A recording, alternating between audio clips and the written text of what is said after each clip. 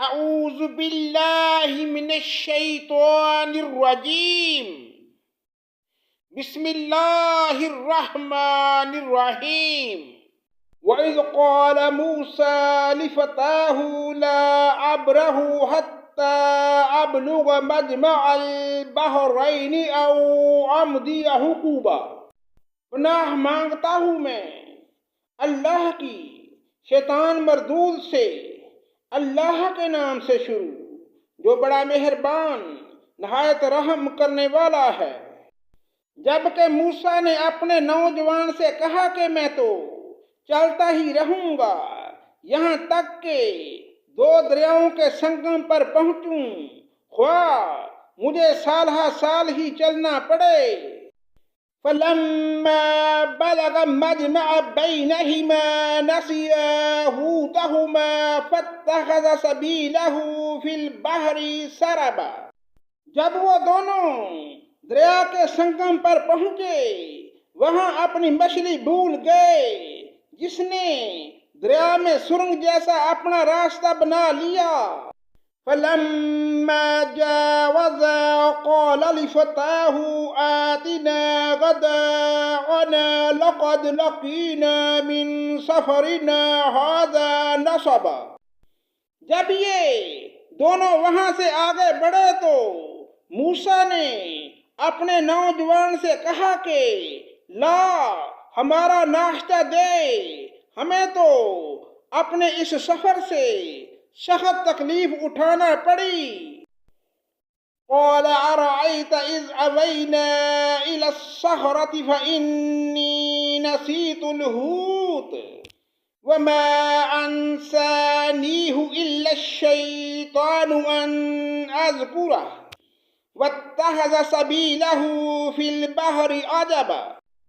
اس نے جواب دیا کہ کیا آپ نے دیکھا بھی جبکہ ہم پتھر سے ٹیک لگا کر آرام کر رہے تھے وہیں میں مچھلی بھول گیا تھا، دراصل شیطان نے ہی مجھے بلا دیا کہ میں آپ سے اس کا ذکر کروں۔ اس مچھلی نے ایک انوکھے طور پر دریا میں اپنا راستہ بنا لیا۔ قال ذلك ما كنا نبغي فارتدا على آثارهما قصصا۔ موسیٰ نے کہا یہی تھا جس کی تلاش میں ہم تھے، چنانچہ وہیں سے اپنے قدموں کے نشان ڈھونڈتے ہوئے واپس لوٹے۔ فوجد عبدا من عبادنا آتيناه رحمة من عندنا وعلمناه من لدنا علما۔ بس ہمارے بندوں میں سے ایک بندے کو پایا جسے ہم نے اپنے پاس کی خاص رحمت عطا فرما رکھی تھی اور اسے اپنے پاس سے خاص علم سکھا رکھا تھا۔ قال له موسى هل أتبعك على أن تعلمني مما علمت رشدا۔ اس سے موسیٰ نے کہا کہ میں آپ کی تابع داری کروں کہ آپ مجھے اس نیک علم کو سکھا دیں جو آپ کو سکھایا گیا ہے۔ قال إنك لن تستطيع معي صبرا۔ اس نے کہا آپ میرے ساتھ ہرگز صبر نہیں کر سکتے۔ وَكَيْفَ تَصْبِرُ عَلَى مَا لَمْ تُحِطْ بِهِ خُبْرًا۔ اور جس چیز کو آپ نے اپنے علم میں نہ لیا ہو اس پر صبر کر بھی کیسے سکتے ہو۔ قال ستجدني إن شاء الله صابرا ولا أعصي لك أمرا۔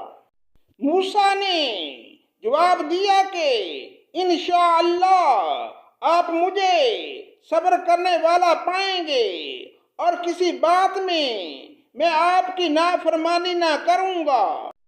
قال فإن اتبعتني فلا تسألني عن شيء حتى أحدث لك منه ذكرا۔ اس نے کہا اچھا، اگر آپ میرے ساتھ ہی چلنے پر اصرار کرتے ہیں تو یاد رہے کسی چیز کی نسبت مجھ سے کچھ نہ پوچھنا جب تک کہ میں خود اس کی نسبت کوئی تذکرہ نہ کروں۔ فانطلقا حتى إذا ركبا في السفينة خرقها قال أخرقتها لتغرق أهلها لقد جئت شيئا إمرا۔ پھر دونوں چلے یہاں تک کہ ایک کشتی میں سوار ہوئے۔ خضر نے اس کے تختے توڑ دیے۔ موسیٰ نے کہا کیا آپ اسے توڑ رہے ہیں کہ کشتی والوں کو ڈبو دیں؟ یہ تو آپ نے بڑی خطرناک بات کر دی۔ قال ألم أقل إنك لن تستطيع معي صبرا۔ خضر نے جواب دیا میں نے تو پہلے ہی تجھ سے کہہ دیا تھا کہ تو میرے ساتھ ہرگز صبر نہ کر سکے گا۔ قال لا تؤاخذني بما نسيت ولا ترهقني من امری عسرا۔ موسیٰ نے جواب دیا کہ میری بھول پر مجھے نہ پکڑیے اور مجھے اپنے کام میں تنگی نہ ڈالیے۔ فانطلقا حتى إذا لقيا غلاما فقتله قال أقتلت نفسا زكية بغير نفس لقد جئت شيئا نكرا۔ پھر دونوں چلے یہاں تک کہ ایک لڑکے کو پایا۔ خضر نے اسے مار ڈالا۔ موسیٰ نے کہا کہ کیا آپ نے ایک پاک جان کو بغیر کسی جان کے عوض مار ڈالا؟ بے شک آپ نے تو بڑی ناپسندیدہ حرکت کی۔ قال ألم أقل لك إنك لن تستطيع معي صبرا۔ وہ کہنے لگے کہ میں نے تم سے نہیں کہا تھا کہ تم میرے ہمراہ رہ کر ہرگز صبر نہیں کر سکتے۔ قال إن سألتك عن شيء بعدها فلا تصاحبني قد بلغت من لدني عذرا۔ موسیٰ نے جواب دیا اگر اب اس کے بعد میں آپ سے کسی چیز کے بارے میں سوال کروں تو بے شک آپ مجھے اپنے ساتھ نہ رکھنا، یقیناً آپ میری طرف سے حد عذر کو پہنچ چکے۔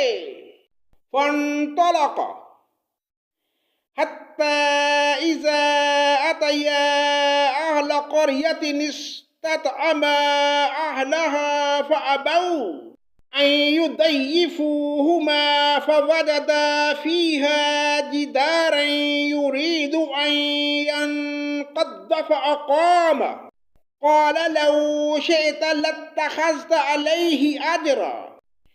پھر دونوں چلے ایک گاؤں والوں کے پاس آ کر ان سے کھانا طلب کیا تو انہوں نے مہمانداری سے صاف انکار کر دیا۔ دونوں نے وہاں ایک دیوار پائی جو گراہی چاہتی تھی، اس نے اسے ٹھیک اور درست کر دیا۔ موسیٰ کہنے لگے اگر آپ چاہتے تو اس پر اجرت لے لیتے۔ قال هذا فراق بيني وبينك سأنبئك بتأويل ما لم تستطع عليه صبرا۔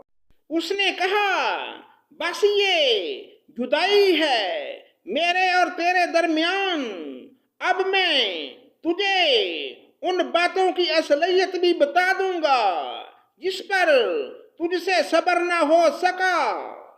أما السفينة فكانت لمساكين يعلمون في البحر فأردت أن أعيبها وكان وراءهم ملك يأخذ كل سفينة غصبا۔ کشتی تو چند مسکینوں کی تھی جو دریا میں کام کاج کرتے تھے، میں نے اس میں کچھ توڑ پھوڑ کا ارادہ کر لیا، کیونکہ ان کے آگے ایک بادشاہ تھا جو ہر ایک صحیح سالم کشتی کو جبراً ضبط کر لیتا تھا۔ فأما الغلام فكان أبواه مؤمنين فخشينا أن يرهقهما طغيانا وكفرا، اور اس لڑکے کے ماں باپ ایمان والے تھے، ہمیں خوف ہوا کہ کہیں یہ انہیں اپنی سرکشی اور کفر سے عاجز و پریشان نہ کرے۔ فأردنا أن يبدلهما ربهما خيرا منه زكاة وأقرب رحما، اس لیے ہم نے چاہا کہ انہیں ان کا پروردگار اس کے بدلے اس سے بہتر پاکیزگی والا اور اس سے زیادہ محبت اور پیار والا بچہ عنایت فرمائے۔ وَأَمَّا الْجِدَارُ فَكَانَ لِغُلَامَيْنِ يَتِيمَيْنِ فِي الْمَدِينَةِ وَكَانَ تَحْتَهُ كَنْزٌ لَهُمَا وَكَانَ أَبُوهُمَا صَالِحًا فَأَرَادَ رَبُّكَ أَن يَبْلُغَا أَشُدَّهُمَا وَيَسْتَخْرِجَا كَنْزَهُمَا رَحْمَةً مِّن رَّبِّكَ وَمَا فَعَلْتُهُ عَنْ أَمْرِي ذَلِكَ تَأْوِيلُ مَا لَمْ تَسْتَطِعْ عَلَيْهِ صَبْرًا۔ دیوار کا قصہ یہ ہے کہ اس شہر میں دو یتیم بچے ہیں جن کا خزانہ ان کی اس دیوار کے نیچے دفن ہے۔ ان کا باپ بڑا نیک تھا، تو تیرے رب کی چاہت تھی کہ یہ دونوں یتیم اپنی جوانی کی عمر میں آ کر اپنا یہ خزانہ تیرے رب کی مہربانی اور رحمت سے نکال لیں۔ میں نے اپنی رائے سے کوئی کام نہیں کیا، یہ تھی اصل حقیقت اور ان واقعات کی جن پر آپ سے صبر نہ ہو سکا۔ صدق اللہ مولانا العظیم۔